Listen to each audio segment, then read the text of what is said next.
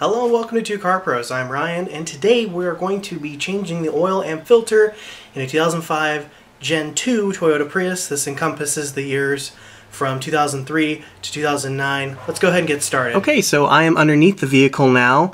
It's towards the passenger side in the front. I've already jacked up the vehicle safely. I have a link in the description for an awesome video on how to do that. And this drain plug is a 14mm. So you need a 14mm socket and ratchet, or you could use a wrench.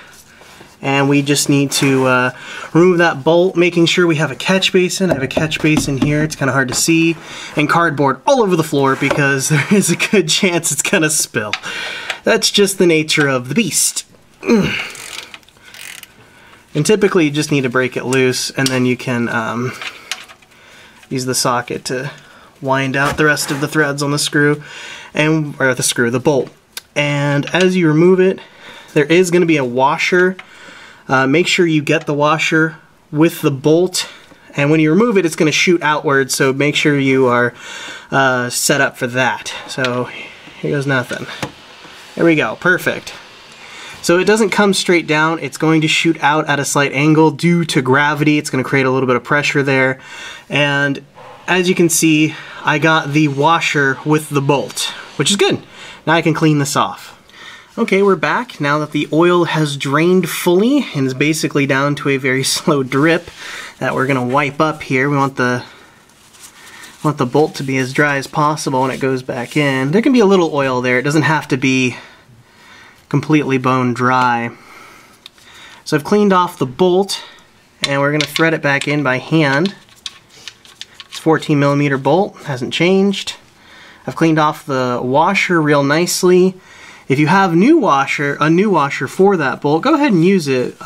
If it's in good condition, you can use the old washer, that's okay. Mine was in really good shape, so I'm comfortable using it and just giving it a nice cleaning job there.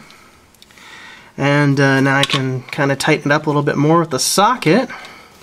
Okay, now that we've shored up the bolt with our hand, we can go ahead and tighten it. The torque specification is 28 foot-pounds.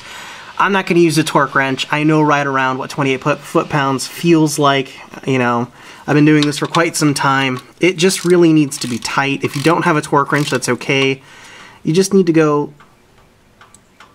you know, about that tight. You want oil spilling out, you don't want to strip it, but if you are paranoid of stripping it, or you're paranoid of not getting it quite right, you can absolutely use a torque wrench. 28 foot-pound is the specification. Now we can move on to the filter. Okay, so the oil filter is located at the very front of the engine. Mine's bright red, so that's very helpful for you, the viewer. So we're just going to twist it by hand to the left. Hopefully we can break it loose.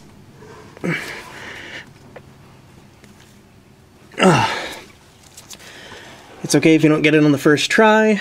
They are sometimes stuck on there a little bit. The oil on the O-ring can kind of create a little bit of a sappy goo sort of stuff. Okay, this works. I'm going to use the large pair of channel locks. It's important not to grip it too hard. We're just looking to break it loose.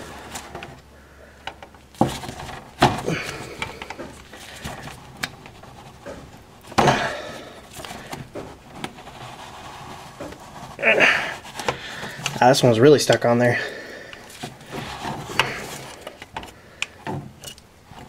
Okay, now that it is broken loose, you can put away the channel locks. We're going to line up our oil drain pan to catch all the oil because it will be messy. It's always a good idea to wear gloves when you're changing the oil in your car. I know I get criticized a lot from people for wearing gloves, but here's a good situation for them, right? You can let the oil filter drain a little bit, so it's not so cataclysmic when you're taking off the unit itself. Alright, now that the oil is slowed, we can spin the rest of the filter off. Dump the remains out into the pan. Now here's an important part of every oil change ever. So on the old filter, what should come with it is an O-ring. It's a rubber O-ring. Make sure it came with your oil filter, your old one here. It's kind of tough to see, but there is a rubber O-ring here on the filter. Oh, I see this particular filter has it wedged in place for some strange reason, but yeah, that is essential for removal. And then you can also check on the mating surface and make sure there is no O-ring from the last filter on there. Because if you put 2 O-rings here on this mating surface, when you start the vehicle, the engine here, the oil will spill out everywhere because it's not designed to run with 2 O-rings, it's only designed to run with 1. So make sure your O-ring comes with your oil filter when you remove it. And there's only 1 when you put the new one back on. So as you can see, I have cleaned the mating surface between the oil filter and the engine where the oil filter screws in. This is my new oil filter. It is a Toyota OEM filter. Always buy your oil filters from the manufacturer your vehicle was created. I got this off Amazon for I think $7. I'll leave a link in the description to this exact filter, but there's its designation if you just want to type that into Google. I'm sure you'll find many places that have it. The next thing we need to do is put a bit of oil on our finger here and go around the gasket, or O-ring some people call it, a few times. We just want a little bit of oil on there. We don't want like a ton. So there you go. I just put a little dab of oil on my finger and rubbed it around the O-ring there. And now we can replace our oil filter. I apologize if I'm bumping the camera a little bit. Workspace is a little tight underneath this car. So I want to make sure you don't cross-thread it, which I'm not. It's going on perfectly straight and it's spinning nice and free. Okay, that looks pretty good. So when it comes to tightening procedures on oil filters, there really is no torque spec. You know, you couldn't put this on a torque wrench and torque it to a particular specification. I don't know, but shoot, people figure out things all the time. Maybe you can't, but the important part about tightening an oil filter is you want to get it snug, so that's pretty snug there. And then on this oil filter, it says 3/4 turn, but every auto book I've ever read says half a turn more. So just hand tight. You know, you don't want to bust out the channel locks, you don't want to use a socket or you know, like a big oil filter socket or something. Just hand tight. I usually just tighten it until I start losing my grip with both hands. Great. There's totally fine. It doesn't need to be Hercules tight. You just want to make sure it's not going to leak, and you can check this later. If it leaks a little bit and you see like a little bead coming out of it or something, just tighten it a little bit more. It's really not going to pee all over the place. It's not going to be an emergency situation if that's the case. Just make sure it's nice and snug, and you'll be just fine. Okay, now the vehicle is flat on a flat surface. I removed the jack stands. It is now its normal sitting height on a flat surface. I know I've said flat a few times here, but it's absolutely imperative for what we're going to be doing next. So this is the oil cap here. It's behind the air box. We need to remove it. You just turn it to the left. You don't need any tools. And then you can just pull it out and we can set that aside. I know it can be a little hard to see, but I'm going to be using this nice long funnel here because the design of this isn't super great. If you use a shallower funnel, you risk spilling oil all over the place, and I really don't want to do that. Now, the oil I'm using here today is Walmart SuperTech here. It's a 5W30 with an API service index of SNILSACGF-5, which actually is, goes past, you know, the spec of oil required for this vehicle. It is also full synthetic.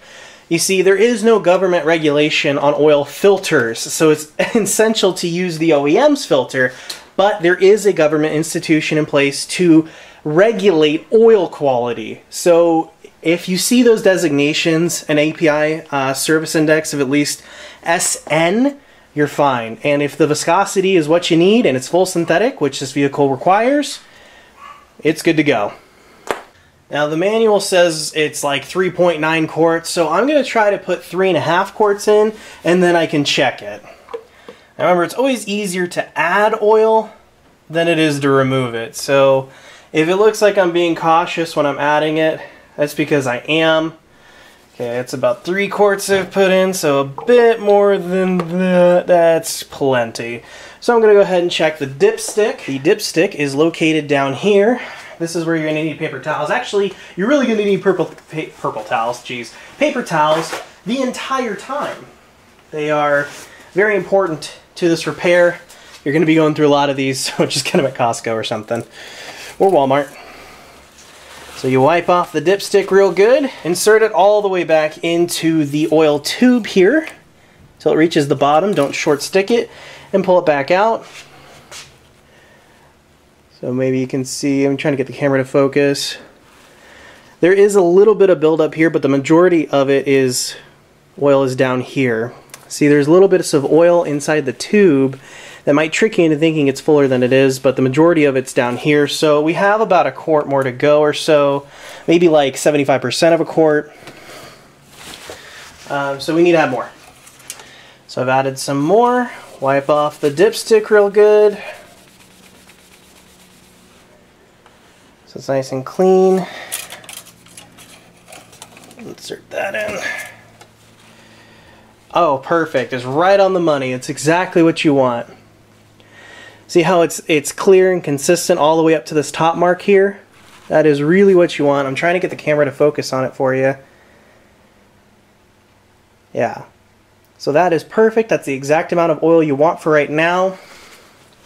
So we're going to put the dipstick back in place. Now we're going to remove our funnel here and replace our oil cap. Now don't click out of the video just yet. You're not finished just yet. Hold on a sec. Now what we need to do is start the engine for about 45 seconds, letting that oil circulate the engine and filling out all kinds of crevices in the oil filter to make sure we don't need to add any more. Now this being a hybrid, it's a little trickier to get the engine to click on. So what you're going to do is turn the vehicle on, set the AC to maximum, and wait. Eventually the battery will drain and the engine will click on. Okay, when you start the engine or attempt to get the engine to click on after you've ran the AC for a while, make sure you are in a open, well-ventilated area.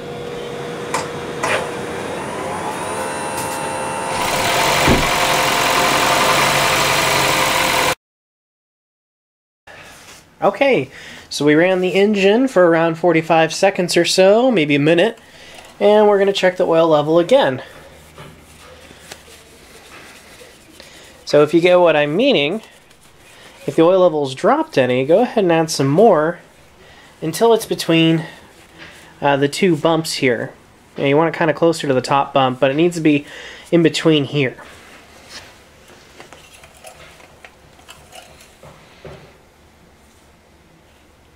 Now that's perfect. Now that the oil's cycled, it is very, very, very close to this top bump, indicating that our oil level is full. I'm trying to get the camera to focus on it best I can. This camera does not have automatic focus control, or it has automatic, it doesn't have manual. Maybe that's better, I don't know. There we go, that's better, I think. So yeah.